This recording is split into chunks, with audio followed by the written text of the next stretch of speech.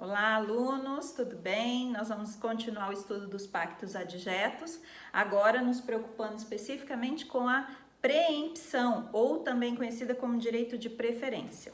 O legislador nos diz o que é e quais são os elementos importantes desse tipo de cláusula adicional. Vamos ver o que diz o artigo 513.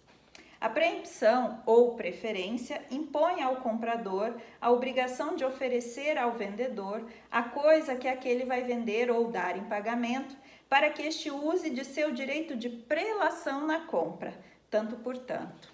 Bom, o que significa dizer então, né? Que quando comprador e vendedor estabelecem essa cláusula de preempção, eles querem dizer que aquele vendedor da coisa tem preferência referente a outros possíveis interessados, ele tem preferência na compra dessa coisa vendida.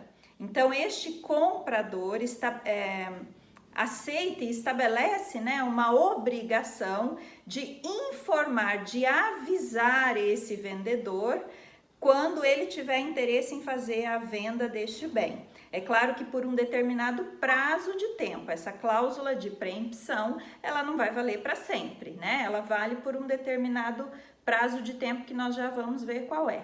Mas, em resumo, significa que esse comprador dessa coisa vai se obrigar a informar o vendedor sempre que ele tiver interesse em vender. E é claro que esse vendedor, ele vai exercer esse direito de preferência com relação a outros possíveis interessados na compra deste bem, desde que ele possa cumprir ou arcar com o valor que aquele comprador pede pelo bem ou com as formas de pagamento que aquele comprador pede para aquele bem, né? Então essa cláusula tem que ser expressa, né? Nunca vai se presumir que foi feita uma preempção, que existe esse direito de preferência.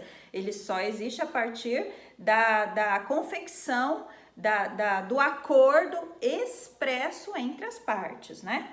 E essa preempção, ela vale tanto para a negociação, a compra e venda de bens móveis, como também de bens imóveis. As fontes, de onde pode surgir essa cláusula, né, de preempção? Ou ela vem da vontade das partes, como eu disse a vocês, então nós não vamos presumir, isso vem da manifestação de vontade das partes, expressa naquele negócio jurídico, ou então ela vem da própria lei. Existem casos específicos em que a lei diz que um determinado vendedor tem preferência na compra do bem. Quando é que isso acontece? Por exemplo, lá na lei de locação, quando vocês estudarem o contrato de locação, vocês vão verificar que lá a gente tem uma fonte legal desse direito de preempção. Se trata de um ato personalíssimo.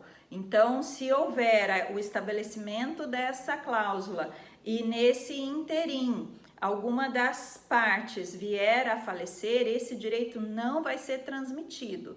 Então, esse direito do vendedor de ter essa preferência não vai se transmitir a seus herdeiros, certo? O prazo de vigência, agora atentem-se a isso, porque existem vários prazos referentes à preempção e os organizadores de prova, né, quando você for fazer o seu exame de ordem, uma prova de concurso, eles costumam perguntar quais são esses prazos, porque a gente acaba confundindo, né? Então prestem atenção, a gente pode estar tratando de um prazo de vigência dessa cláusula. A gente também pode estar se referindo a um prazo de manifestação, quando eu sou chamado a exercer esse meu direito, qual seria o prazo que eu tenho para manifestar a minha vontade. Então, vamos observar primeiro esse primeiro prazo aqui, o prazo de vigência da cláusula. Então, fizemos um negócio jurídico, estabelecemos lá a cláusula de preempção, ou seja, essa preferência, né, para que esse comprador avise o vendedor da coisa para ele exercer esse direito. Então, qual vai ser o prazo de vigência dessa cláusula? E aí nós temos que observar dois prazos, a depender do negócio jurídico, se ele se trata de bem móvel ou de bem imóvel. Se nós estivermos falando de bens móveis, o prazo de vigência máximo é de 180 dias. Se nós estivermos tratando de bens imóveis, o prazo de vigência máximo é de 2 anos. Então, a vigência dessa cláusula de preempção é restrita a esse limite de tempo previsto na lei. E esses prazos são contados de quando? Se nós estivermos tratando de um negócio jurídico que tem como objeto um bem móvel, o prazo vai ser contado da tradição. E se a gente estiver tratando de um negócio jurídico que tem como objeto um bem imóvel, o prazo vai ser contado do registro no cartório competente, certo? Segundo prazo que é importante que a gente observe é o prazo de manifestação. E já deixei aqui anotado para você não esquecer, esse prazo é um prazo decadencial, o prazo de manifestação, quando eu sou chamada a exercer esse meu direito de preempção, é um prazo decadencial. Mas qual é este prazo, né? Novamente, a gente tem uma diferença. Se a gente estiver tratando de bens móveis, esse prazo é de 3 dias. E se a gente estiver tratando de bens imóveis, esse prazo é um prazo de 60 dias. Então, sempre vai haver essa diferença de prazo para cada um dos objetos desse negócio jurídico. E o último prazo que a gente deve observar também é o prazo de prescrição. Qual é o prazo que eu tenho? Tão logo esse meu direito de preferência não tenha sido observado, né? Eu tenha sido preterida no meu direito de receber essa informação de venda, de receber essa oferta de venda, isso não foi observado e aquele comprador vendeu esse imóvel para uma outra pessoa, uma terceira pessoa, sem me informar que ele estava fazendo esse negócio jurídico, né? Nessa situação, quando eu fui preterida no meu direito, qual é o prazo que eu tenho para buscar uma reparação? Aí a gente trata de um prazo prescricional, que ele nasce, você sabe, a partir da violação do direito, né? Então, o meu prazo para exercer essa pretensão de condenação desse comprador, né, dessa pessoa que tinha essa relação obrigacional comigo, é o prazo de 3 anos, tá?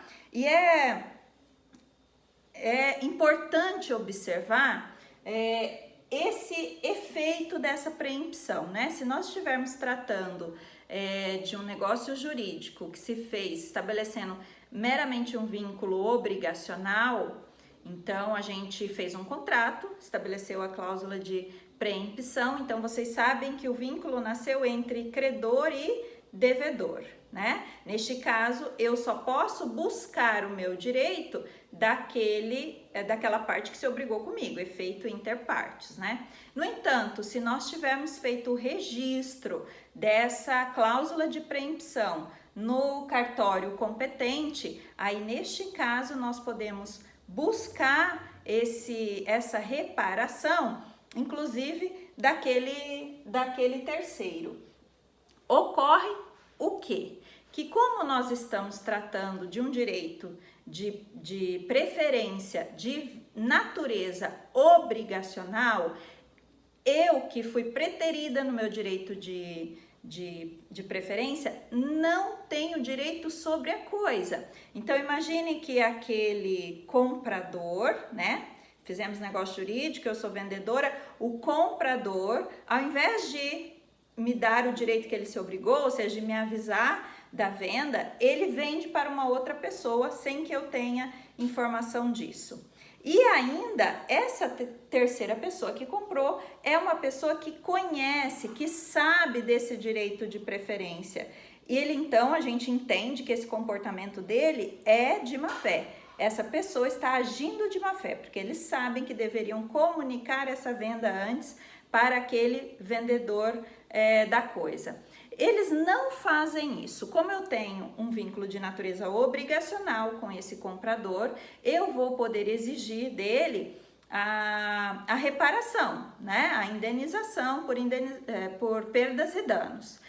Agora, o diferencial que a gente tem que observar aqui é que quando isso acontece com má fé daquele terceiro adquirente, neste caso eu vou poder buscar essa reparação dos dois, do comprador original e daquele novo comprador, se ele estiver de má fé. E essa reparação vai se dar de maneira solidária. Vocês já sabem qual é o efeito da solidariedade no negócio jurídico, né? Então, lembrem-se que essa reparação vai poder se dar de maneira solidária com relação ao comprador originário e aquele novo comprador, sempre que esse novo comprador estiver agindo de má fé. Certo? Era isso que eu gostaria de conversar com vocês sobre preempção. Eu espero que todos assistam o vídeo, façam as leituras do Código Civil e a matéria vai ficar muito clara para vocês. Aguardo vocês no próximo vídeo. Até mais!